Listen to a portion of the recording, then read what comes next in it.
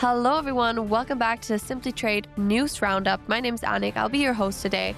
And I will be joined by Bonnie Gutz, an expert in international trade, regulation compliance, and strategic trade leadership. Bonnie's here to help us talk about lots of topics, specifically European trade. We'll be exploring three key topics today, which are the EU-Indonesia trade agreement, and some of the issues that come with that, and some of the issues that have been evolving around trade agreements in Europe.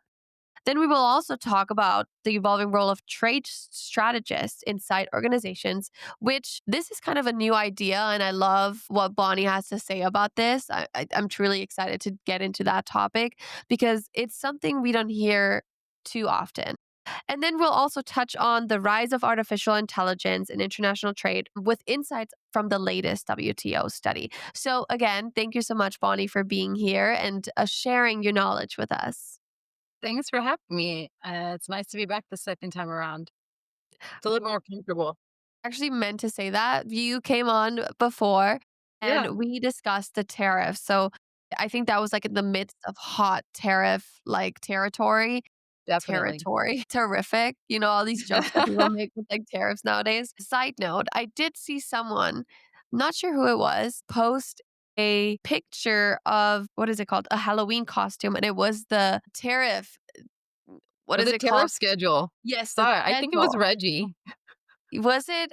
I No, think it maybe. was hilarious. It was someone saying, like, "My wife got me this," Yeah. and I was laughing. I'm like, "This is so funny." And then there's a comment saying, "This would be funny if this wasn't true." And I was like, "That is hilarious." Okay, so whoever it was, please comment on this podcast or write me a note. Let's talk about it. Anywho, Let let's us know where we can get it at. yeah, right. You're gonna see me in a tariff schedule for Halloween. Not gonna happen. But okay. Let's discuss trade agreements. So there's a few recent headlines, which Europe and Indonesia just finalized a major trade agreement, which will remove tariffs on over 98% of goods, affecting everything from machinery up to palm oil, which you have some great things to say, Yeah. and which it's a huge deal for Indonesia's exports. So let's talk about did a little bit more. What's your stand on this deal and how does Europe look at it? At a high level, I mean, free trade agreements are generally good for business, right? It increases volumes in trade between two countries, right? And you can reduce your tariff impact, specifically with the EU and Indonesia. If it was a like you had mentioned, it's a 98% reduction of tariffs on a $30 billion trade lane. So that's significant money that's being saved or not recuperated by a government, but nonetheless it largely impacts the business, right? International trade and for the businesses. So at a high level, free trade agreements can be very conducive in driving business between two countries. However, whenever you get into a free trade agreement that, like you had mentioned, is with a country that is a top exporter of palm oil. So Indonesia is one of their main exports is palm oil. And to be honest, I don't know what palm oil is used in, so maybe somebody can give us some, feedback on that. But them be Indonesia being a lead exporter of palm oil also has an impact on one of Europe's signature trade programs, which is EUDR, the European Deforestation Regulation. So Indonesia, as a palm oil exporter, has a long history of deforestation to make room for the palm oil crops. It's their cash. Can I say cash cow? It's their cash cow. They make money from it. And so they're known to have, cut down forests to build up these palm oil plants. And that directly conflicts with the European Commission's signature trade program, the EUDR. So I found it very interesting that on the same day that the free trade agreement with Indonesia was signed, the commission also proposed to delay EUDR regulation rollout, which is slated for December of this year. So just like in 2 months. So this is all happening in the last month or so, right? Um, EUDR, like I said, is a signature program for the European Commission. And so whenever there's already been, I don't know if it was more than 2, but there's already been delays to the rollout of EUDR. But now businesses have already budgeted out for this program. They've already, internally rolled out implementation programs.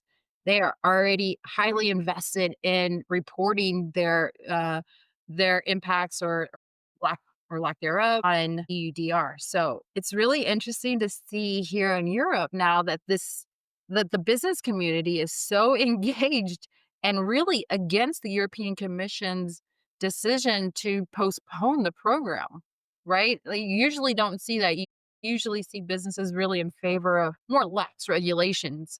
But here, the businesses are seen as like, hey, we're already prepared for this. You told us that we needed to be prepared by December of this year. And now we're almost there. And you're like, hey, let's give it another year. They postponed it due to IT issues. So they're basically saying internally from uh, technology perspective that they were not ready for the reporting, right?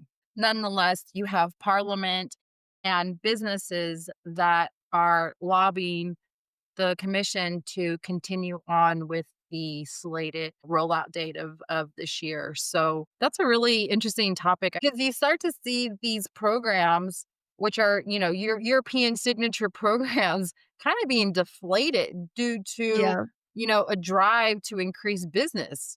And so I feel like it's like hot cold or like Dr. Jekyll and Hyde. You got like both sides that are really competing. And it's kind of in the US, I think this is done a lot behind closed doors, where I think in the EU there's a little bit more transparency here where you see kind of like all unrolling in Yeah. public. Yeah, and you know what? Europe is actually the world's largest market for certified sustainable palm oil, which is funny because I really want to know what the reasoning behind this free trade agreement is. Free trade agreements are good, right? But when we see that Indonesia is the biggest exporter for palm oil and deforestation is has a lot to do with that, and that's what they're doing in Indonesia. But in Europe, they're totally against it, and they're working, or they have been implementing deforestation free regulations. So I kind of don't understand this whole working together, because you see it in the United States. When another country is not aligning with the United States at the moment, there will be no free trade agreement.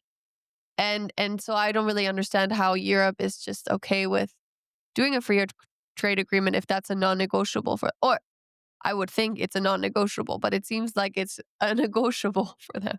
Well, I mean, they did delay the program, right? But I would also add in here is that the EU likes to stand on principle, right? And they also like, and from my opinion, this is totally my opinion, the EU likes to lead by example, right? Yeah. And so maybe they have underlying motives here. Maybe they have the intent to also bring Indonesia into a more fit, into a healthier position from a Regulated. deforestation perspective. It's a I great don't know. one. Maybe. Like, if they're like, "Hey, if you still wanna import this into Europe, you're gonna have to, not cut down trees to do so." I don't know. And again, that would be great, because then we're all winning, because we want more Yeah. people to be more aware of, deforestation and whatnot. So actually, that's a great way to look at it. And I do want to specify what palm oil is used for. I just looked this up. Okay. 5% bioenergy and 27% industrial, cosmetics, detergents, and then there's 68% food, cooking oils, deep frying oils, Wow. margarine. That's how we say it Ugh, in German. It's like the butter. Salad oils, ice cream fats. It's not really a good oil. It's not really no? what you want to. I mean, it's fine. It's going to be in foods, but I would say that you shouldn't consume like overly excessive amounts of palm oil, To be honest, I'm super surprised of because any I've oil. only seen olive oil in the store. Like, I don't see even any other choice. Like, here in France, like, you're eating olive oil, guys, like, on You see it? everything. It's in the foods. It's like processed foods. Uh, That's why that's why you I'm should still probably surprised. should not overly eat palm oils, right? In foods. It's probably not the best food you're going to be eating. I would really like to see imports of palm oil into the US compared to the imports of palm oil for food into Europe. Is there a big difference there? I don't know, because I thought that the US used, like, sunflower oil. Well, Yeah, no, I'm there's not really very big on the different oils. regulations in the US than it is in Europe. I think you find a lot of oils in the foods. Huh. If you compare European ingredients and United States ingredients, they're different. I will vouch for that. I partially stay in France for the food, guys. Yes, and you Seriously. should. The food's The great here, other by part the is way. the wine. I'm here for the food and wine. Obviously, yes.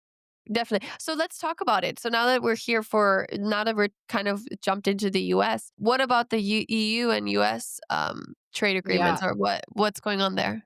So again, we're back to the EU signature programs, right? So some of the programs that the EU has been championing, the European Commission has been championing for, I don't know, like I feel like it's 10 years. Like they've really been behind this big push to what they've called is the new Green Deal, right? So there's a big push to make the world more sustainable, or specifically Europe, to make Europe more sustainable and environmental friendly, right?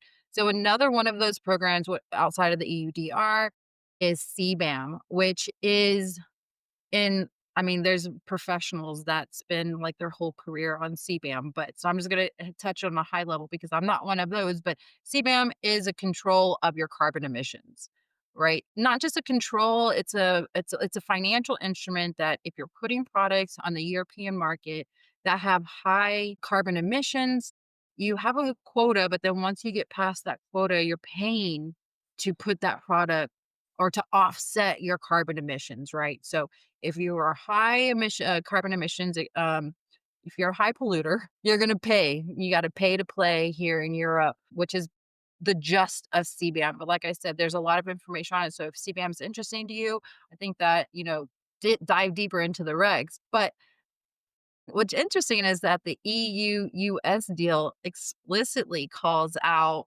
um or explicitly requests a leniency or flexibility on CBAM. And I'm not really sure when the deal was actually signed, but shortly afterwards, you see the European Commission then putting a reduction on the threshold that would be exempt from the program, meaning that small businesses, medium-sized importers are not really gonna be subject to CBAM regulations, right? They're gonna fall underneath that threshold, which is really, allowing more trade in that will not be subject to CBAM. So again, I see that because these free trade agreements are being, championed by the European Commission, we also see their signature programs kinda taking a back seat so that they can incorporate, or maybe just not taking a back seat, but definitely reshaping them so that they fit nicely within the business aspect of the free trade agreements. It's so interesting because we see a lot of countries transform or reform. Mexico has just brought out their reform for 2026, and we just had an episode on that. And it seems like they're aligning themselves more with the US, and kind of strengthening their partnership. I wonder if Europe is kind of following that lead, even though they're pretty consistent with what their values are, and what they accept and what they don't accept. But I thought the same for Mexico. And now I see a little bit of a shift. It's not terrible for Mexico. It's just a change that aligns themselves more with the US. But, in the US, we're questioning if whatever is happening right now, if it's ideal for the industry. Anyways, why is Mexico already aligning themselves with the US, even if we don't even know if this is the right way to go, if this is going to be successful, right? Yeah. And I think it's so interesting. And I'm not sure if Europe is kind of doing the same thing, walking back and saying, no, we need those free trade agreements over deforestation, or over, like, are Well, I they are think they choosing that, or yeah, I think something that's really interesting, not just from a European, but from a world perspective, is that you're really seeing trade becoming kind of a spotlight, right? And now businesses within those countries have a lot louder voice, I think, right? So now you see businesses coming forth and saying, hey, if we want to remain competitive in this industry, this is what we need to do, right? We need these free trade agreements so that we can still generate, wealth and income sustain our economies, right? And so you see business really having a voice at the table, at least here in Europe, right?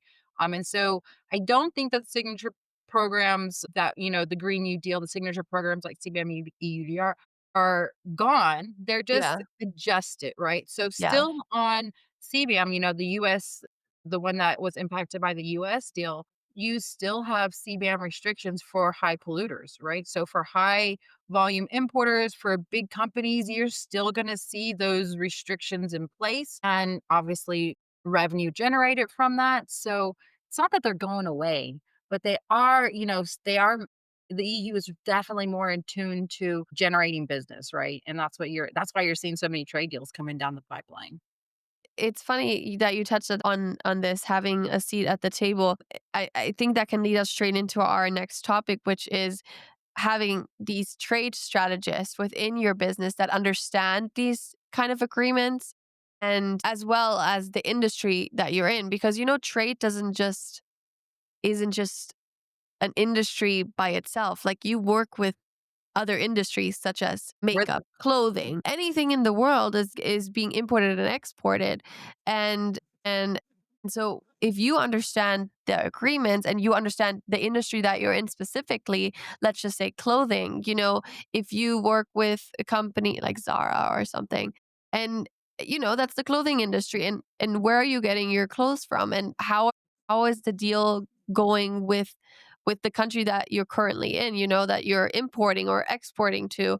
Uh, I think you had interesting points to say, and if you want to mention them, because I know we briefly talked about this before and we kind of agreed, because there's not such a thing really as a trade strategist, like truly on a high Yeah, level. I'm totally leaning in and getting closer because I really love this topic. I know it's like, I feel like I'm trying to champion and drive this one forward, but a trade strategist, like I've not even seen a job posting on trade for a trade strategist. Like I've never seen that role. So maybe it's out there. It's just kind of like more in the back. Like I'm not seeing it a lot, but I spend a lot of time on LinkedIn, probably more than I'd like to admit. But I do like keeping up with trade professionals globally. And I actually learn a lot from LinkedIn. And there was a post there from a Google trade employee that mentioned something about a trade strategist. And it just like kind of picked my brain. I was like, I don't think that Google has them, but it was the first time that I heard the word trade strategist. And I was like,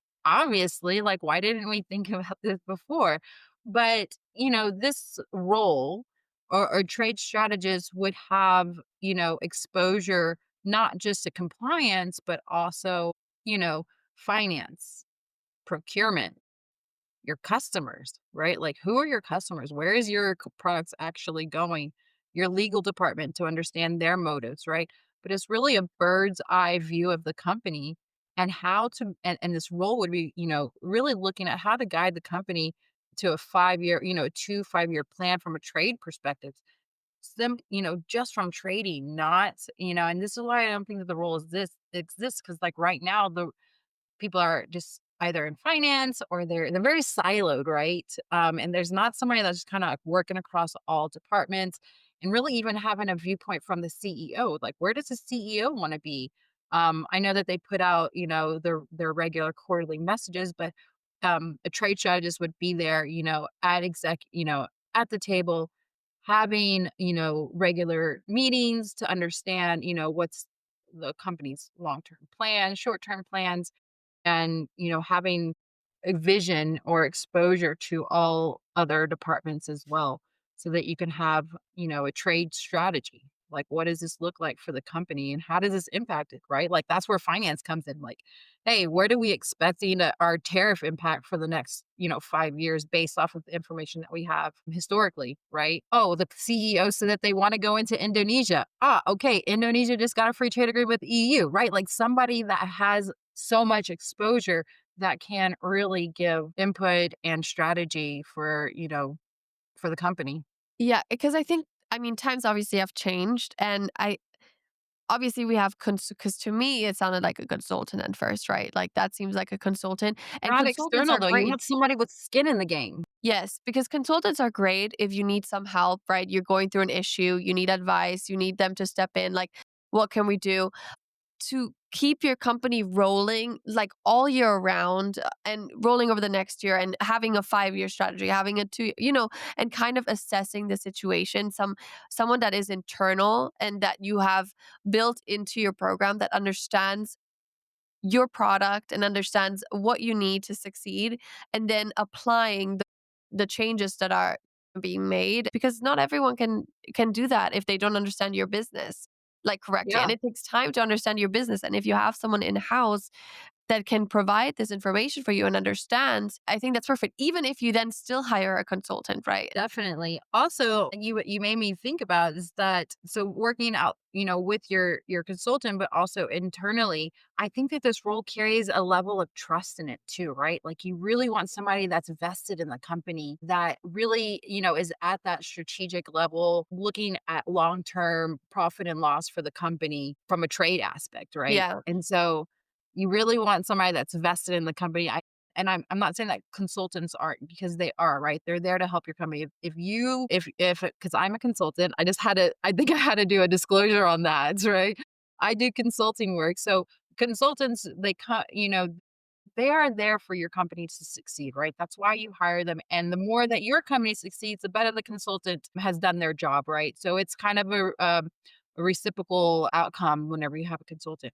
But to have this person in house working with internal departments as well as external, it really brings home. Again, I come back to this skin in the game, right? Like somebody that is there to see the company succeed long term, not just at a project level base, right? Because if Yeah. you have a turnover, that information leaves with whoever else, whoever's left that company, right? So definitely a long-term role that the CEO could be comfortable and trusted, that the executive team would trust with information, because this role does carry a lot of confidential information, right? About a company. It's like Yeah. it's all in the it's in bits of the company. And so definitely is a trusted role. Agreed. Agreed. And then I love this topic, and I think there's so much more to talk about on that, and I think we can have that can have its own episode, really. I want to jump into the last topic, quickly touching on this, because I've touched on AI quite a lot the past few weeks. I think we've just seen such a tremendous growth in AI, and do you want to share some things that the WTO brought out? Because I think they're so interesting. And I think this will just round off the episode perfectly, discussing how international trade is changing. Yeah, I actually got this based off of your series of podcasts on AI, right? So I was watching some of your podcasts and it's just kind of like got this momentum in AI, and I was like, okay, what's Europe doing? And the WTO based in Switzerland, I always feel like they're a little bit home to us here. Yeah. Beautiful campus in Geneva, by the way. But the WTO had a research conducted. I believe that they conducted this research this year, but I might have come a little bit from 2024. But nonetheless, they issued the report last month that, based off of, I think that a series of economists that led this research. And what they identified in the report was that because of AI advancements in international trade, trade is expected to increase by 40%. Actually, the numbers, let me get this accurate. 34 to 37% of an increase in international trade in the next 15 years, simply by AI supporting international trade. So just because we have AI come into the picture to support, the processes that go into international trade, that trade will increase. This isn't something, else that's happening. I'm not talking about free trade agreements or anything like that. This is simply from AI or artificial intelligence being brought into the industry. So I thought that was really interesting. And like a 40% increase in trade in 15 years, just because we're simplifying our processes. Actually, it's a trifecta of three things that they mentioned that would improve or would improve from AI. And one of those was obviously lower trade costs, right? Yeah. I Now think you have AI. 15% by up to 50%. Oh, wow. I Yeah. didn't know it was that's a lot. Um, Also rapid growth just in trade AI services. So now you're trading these internationally. So that's also going to contribute to this 40% and also a stronger productivity. And that's obvious. Like we see that in our day to day, right? Yeah. I don't know who's using, AI for classifications.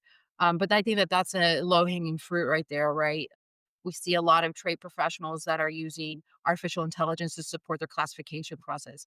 And I mean, that in and of itself, just think of the time that we've saved, guys, Yeah. digging through the nomenclature, It's go trying to crazy. get this classification. I'm not saying that you don't still have to do that, but you now have, a machine that's doing the heavy lifting and you're really there to review, check, and audit this, right? So it allows you to dig into more interesting topics like free trade agreements or something else, right? Something else that you're interested in the trade world, but definitely stronger productivity. So, yeah, I love that the WTO is even putting time and research into this, right? They've allocated resources to see how is AI going to impact trade. And here they come, promising report. Yeah, I think it needs to be. There's no way of looking the other. I mean, you cannot look the other way when it comes to AI because, like Sarah Hertzler said on 3 episodes ago, mine, I think, she was like, AI is like using Excel sheets right now. I mean, if you're not using AI right now, in 5 years, you're going to be so left behind. And it's only gonna get better, so if you're not starting now, then you're gonna have a lot to catch up on, and I think it's like that for me personally, but when it comes to business, I mean, you do not wanna be left behind, unfortunately. I know there's a lot of struggles with AI, and I wanna get into that. I wanna get into some of the environmental factors and stuff. I have not Oh talked about yeah. that on my podcast because I Yeah. totally leave that behind, and it's a whole different side, but I feel like it's worth exploring both sides to understand the full image of AI, so I'm ready to get into that soon. Be looking out for that. But I I would think love the that study is debate. incredible, right? I think the study is incredible, and I think it's, such a hopeful place for trade. I think we're at the time where I want to round this up because then we lose listeners and then they just start trickling down Uh, because we don't have the time of day to listen to the 3 hours of assembly trade. But if you just have 30 minutes for us, I think that's incredible. And 30 minutes, you can learn a few things and get some insights. So thank you so much, Bonnie, for being here and speaking with us. And we'll have you back talking about more European standpoints because there's so much to talk about. yeah, no, it's always great talking with you, Anik. Really, it's a nice space. I heard somebody once said, as long as I can help one other person in the trade field, I feel like I've done a good job. So if just one person has gained something from the topics that I've covered, I think we've done a good job here. Well, I think it's already me, so you already have one person, but there's many people listening. So there you go. But no, we'll have you back. We'll have an interesting episode Thanksgiving. I think we can do something Oh, fun yes. with how we can conquer trade mentally. I think that we're going to talk about it. It's going to be incredible. So I'm excited for that. But for now, thank you so much for listening. Again, please subscribe to us on YouTube, like us, follow us on LinkedIn, do all the things. And obviously, we'll put all of Bonnie's information down below so you can get in touch with her. She's in Europe though, so you have to make sure to reach her at the right time. But again, thank you so much for listening. Thank you, Bonnie, and we'll catch you later. Thank you.